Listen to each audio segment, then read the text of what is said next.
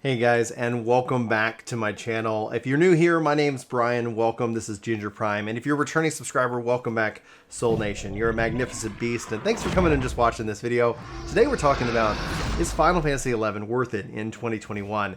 And this is not a video that I thought I would be sitting down and making for you guys here, and I'm so excited that I am. I'm so excited that I was invited to have this experience again, and I wanted to sit down and talk to you guys about it because I played Final Fantasy XI for years since the release in North America, took multiple breaks, and have played retail here and there every at least a month every couple of years, and I love the experience, and I've wanted more of the experience. And what this experience has been is I was invited to play on a private server, level 75 cap, and that means starting over as a new character. So I want to kind of talk to you guys today about that experience and how has that been in terms of just stepping back into this world with all this experience, but with none of the levels and the gear and the grinding that I've done prior to that. So that's just in and of itself a whole new bag of chips. But then beyond that, I want to talk about the concept of private servers versus retail servers. Like, is it worth your time? And which version maybe you want to check out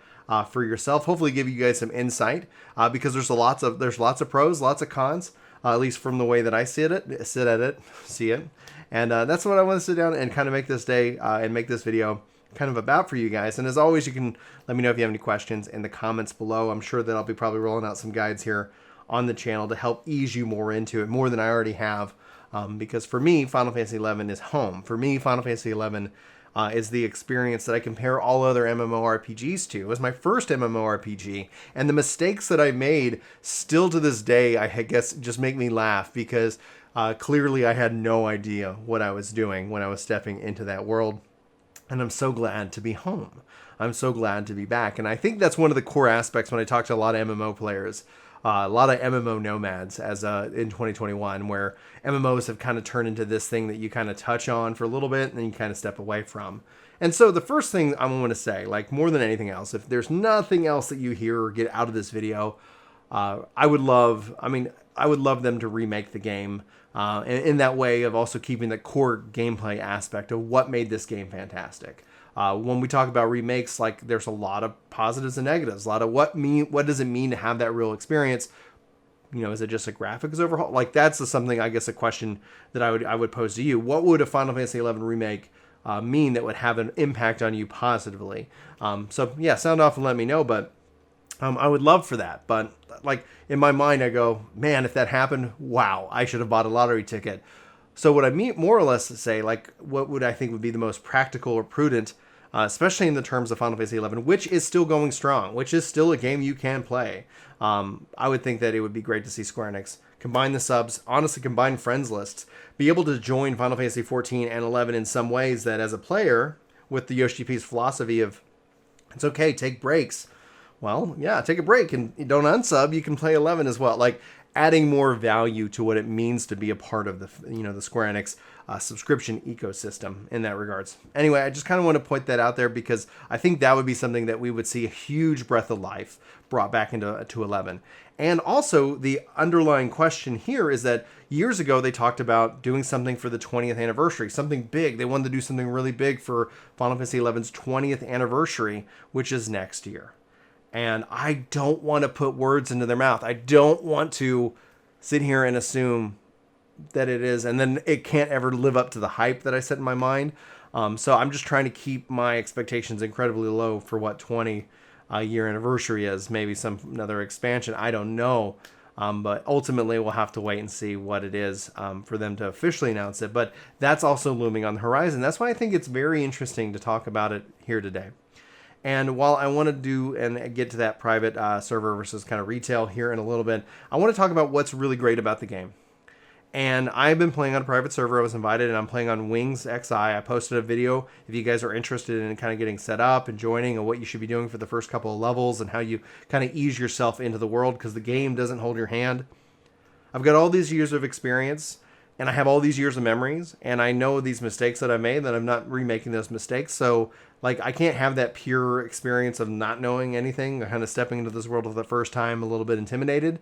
And it was intimidating to kind of step into the world, but you just kind of ease into it. Like, for me, within minutes, I felt like I was at home. Like I said at the start of this video, I felt right. I was right at home, and this is where I belong.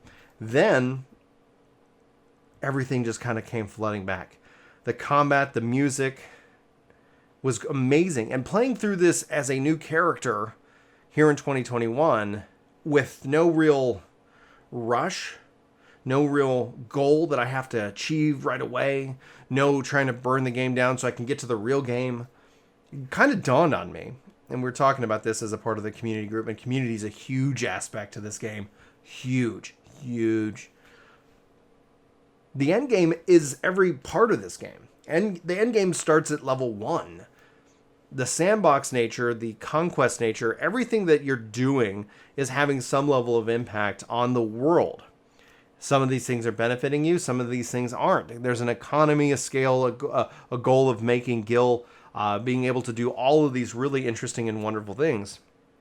And so the end game begins right at the beginning. You're not having to rush to level cap of 75. There's no, like, there's things that are waiting for you there, but there's things that are waiting through you every step of the way. And then when you pair that with the community, your own grown reputation, the way you interact with people, the way you play, the mistakes you make, how you learn, how you respond, and how the community just comes together and gels together and supports each other and tries to be better. But then at the same time, if you're just a complete jerk, there's that negative side too, where essentially you build a negative reputation and you might struggle to find some groups.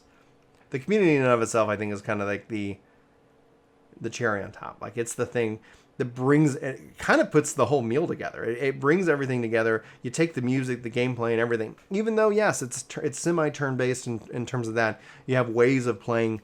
I can play with a controller, guys. That's part of the guide if you're interested. I love that. Comfort, accessibility.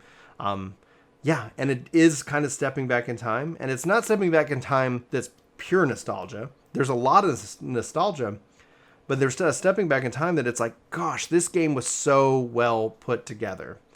Man, how awesome would it be if they actually did something with this? Even if they just offered private, classic servers as a part of their paid subscription. So Square Enix, that would be amazing. I would love to see that happen at some point here in the future. All right. I talked about community. I talked about the world. But it's funny because having all this knowledge, it's amazing how much I still oh, wow, I didn't know how to fish. I never fished in retail. I never fished when I was playing the game, and now I'm learning how to fish. And that's actually something really enjoyable, especially with downtime in the game. Lots of downtime in the game, and streaming actually helps as a way of offsetting that in some ways. But it's not like I would sit here and say, the stream is going to be the most, over the top. If you think of, the modern top streamers in that regards, lots of action combat, things like that. That's not what this is. This is so much more a conversation. This is so much more a sense of peace and just a sense of just enjoyment that I have to say it's truly phenomenal. Yes, I would love to see some of these systems updated visually. I would love to see 14's graphic style brought into 11. That would be mind-boggling, but then keeping that core gameplay aspect. And then, anytime I suggest this, I know there's definitely things that could work and couldn't work within the system. So you can always let me know what your thoughts are. If you were gonna imagine this with a 14's graphic engine alone. Yes, 14's engine has its own problems, so it is what it is. Anyway, I want to talk shift a little bit into the private server versus retail. I think if you're gonna play on a private server, I think you should absolutely sub to retail. I think that is the appropriate response to playing this game. I think being subscribed and giving Square Enix money for playing their IP is great. I think it's an insult to the players that Square Enix doesn't offer that as a service, or at least communicate that as an idea or a roadmap, right? Not I don't think it's like them hitting a light switch to put on a classic server. There's all kinds of things that we have to consider. There's all kinds of things that you have to focus in on, and what does that mean for the overall game? But not having it as an option or part of the roadmap is frustrating, because it just leaves us out there in limbo. Thus, the community, hungry for this kind of game, hungry for this setup, has gone out and done their own and created their own. And for the longest time, I held off on private servers, but for the longest time, I was wrong. Jumping onto the private server, especially on Wings here, has been an incredible treat. The community that supports it has been phenomenal. It has been a great and wonderful thing to do and to experience. And honestly, it would be really curious if you've never experienced this, the fact that you don't have to pay for it. Like if you were just going to try it out for like a week and see how you feel, you could test it out. You could see if this is something you like. I would highly encourage you to do so. Get connected with a friend and jump into this world and experience it for everything that it offers. Especially if nothing else, as a sense of history, as a Final Fantasy game for the story, the lore, the world, and maybe, just maybe, you'll become, you know, like us, addicted, hopelessly addicted. Anyway, but yeah, I would say that I'm sub to retail, you know, in that regards. My plan is actually to play on Ashura on retail, but to make 11 a little bit bigger part of my life here in 2021. Obviously, I'm biting off more than I can chew. I play a lot of different games. Phantasy Star Online 2 is coming out here in mere weeks. We got a summer, we got New World. There's all kinds of games. I think Final Fantasy XI deserves to be one of those games, in my opinion. You know, and it's a game that takes time. It's a game that takes, you know, just a little bit of investment of your time. But it could be definitely worth it if you've never experienced it before. The risks in this regards, because I think the rewards are just the experience, the community, and just having the ability to step back in time, but at the same time to have that ability to kind of look at this and like say, what can we learn? What can other games learn from Final Fantasy XI that it does so well that newer MMOs just haven't adopted? And the risk there is that, you know, the private server gets shut down by Square. They're completely within their authority and their rights. Private server gets shut down because the people who are so kind to run it don't have the funds to continue it on anymore. Your investment in time could be there. But private servers have been up and running for a long time, a very long time, and they continue to be up. And I think essentially that's kind of how it kind of comes down to. So I think the risk there is low. If Square Enix were to come out with their own private servers as a part of, or not private servers, their own classic servers, my personal recommendation would be like, that's where we should play in that regards in terms of a paying subscriber. My hope is that if they did that, it's all part of this one ideal theorized subscription bundle, but we can kind of see here from that. My hope with anything with this video, with any of the content in regards to Final Fantasy XI, is to hopefully make gamers hungry for 11, hungry for a remake, hungry for a remaster, hungry for more Final Fantasy XI. Continuing that conversation, raising that voice, not looking at it like as it's this game that's just kind of existed and doesn't exist anymore, but a game that's alive and it has a player base that's hungry for more.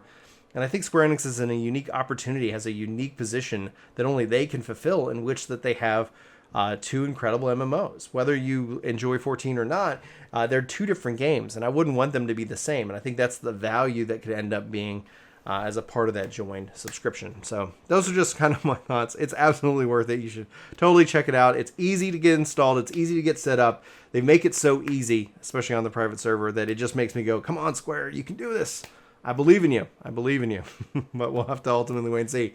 Guys, if you're new here or this is your first video or not, regardless, if you like and share the video, that's amazing. If you're new and you haven't subscribed, hit that subscribe button. Let me know so I can welcome you officially to the channel.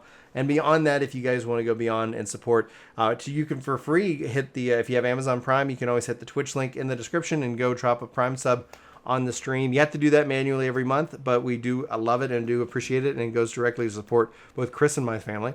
And then beyond that, we do have membership here at Ginger Prime starting at $1, and so members here help support me directly, and so I appreciate that. I've got plans and things that I'm working on, kind of teasing in a few other videos, so you go hit a playlist and get caught up in my videos if you haven't seen my face in a while, if you want to see what else this channel offers in this regards. But with that, I'm going to wrap up the video. Thank you for watching. You're amazing. Hopefully you have a fantastic day, and I see you in my next video. And until then, take care.